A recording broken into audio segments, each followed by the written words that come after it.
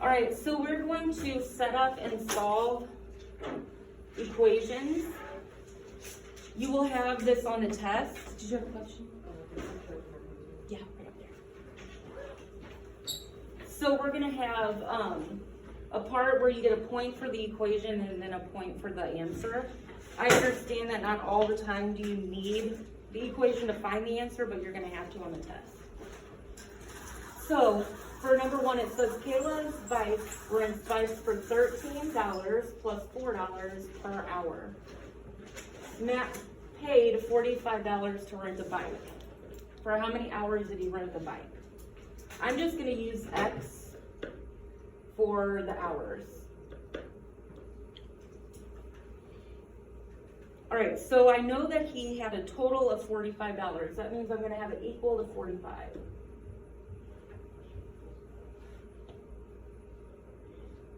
Now we spent $13 in general, right? That was just, he just paid that because he had to. Usually that's like, you know, like a deposit type thing. So $13 plus $4 per hour. How can I represent that? 13 times 4, he's only paying $13 once, but it's 4 per hour. So who knows how many hours, but it can change by $4 every hour. Does that make sense? So it's 4 times however many hours. Every hour it was $4. So here's point number one to get your equation. Now we're gonna solve it. We want to get the hours by themselves, so what's attached to it we do last. We want to get rid of 13. How do I get rid of 13? Subtract 13. Now I have 4h equals, what is that?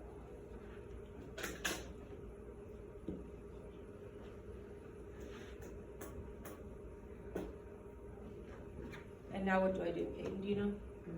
You take the 4h. And do what? Divide the 4h by 4 and divide 32 by 4. Perfect. We divide by 4. What is it? Oh, it's 8. 8. X equals 8. If you want to label it, it would be 8 hours. Wait, what do you mean? H equals 8? Oh, I did use H. Usually I use X. But yes. It doesn't matter what variable you use. I don't care personally at all. I put X on all of my answers just to keep it the same. But it does not bother me, whatever variable you'd like to use. I'm gonna skip down to number 3. Will this let me move it?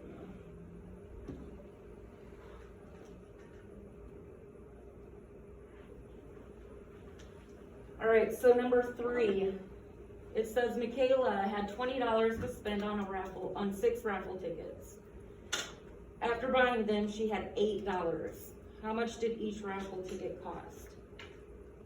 All right, well, I know that the total,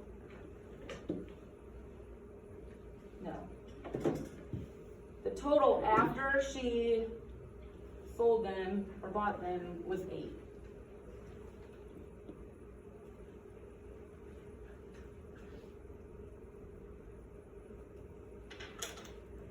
She had $20 to spend originally.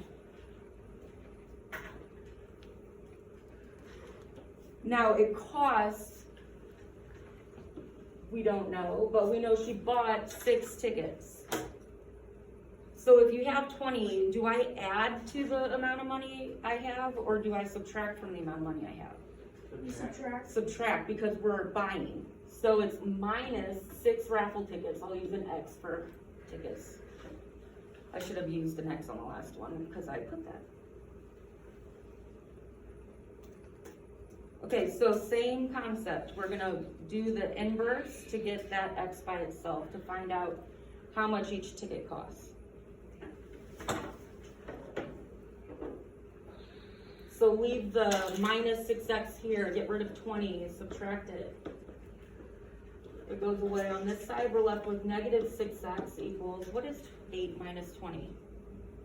Negative 12. Negative 12.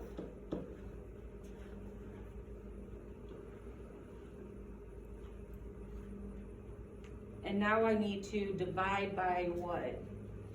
-6. A -6. Now, think about this, guys. If you come up with a negative answer, does that make sense for a ticket to cost a negative amount?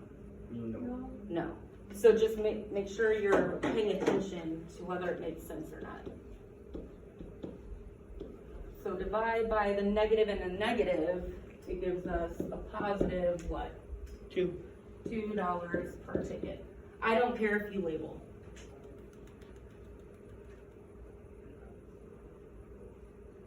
Do you need me to do one more?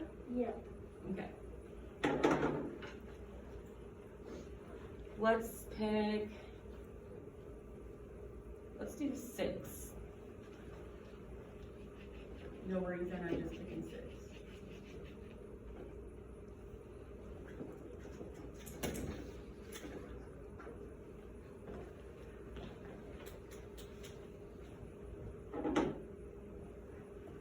All right, so on here, it says Mo 4 won 38 bouncy balls playing hoops at the county fair.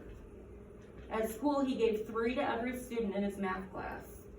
He only has 2 remaining. How many students are in his class? The 2 remaining, we know it's going to equal 2.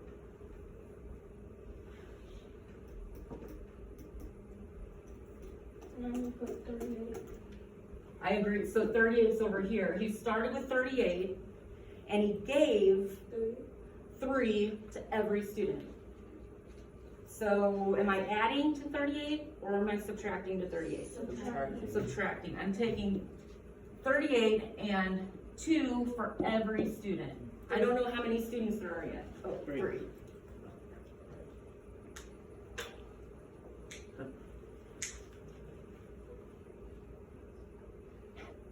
All right, you guys solve it.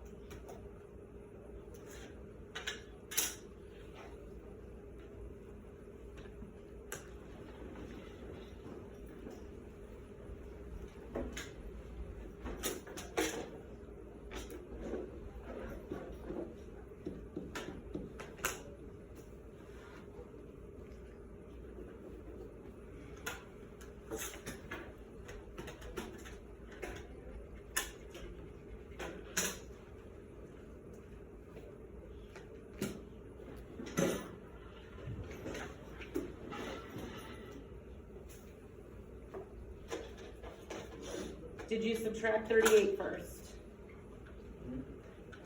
Okay. And then how do you get rid of that -3? Divide. He had, what, 12 students? Mhm.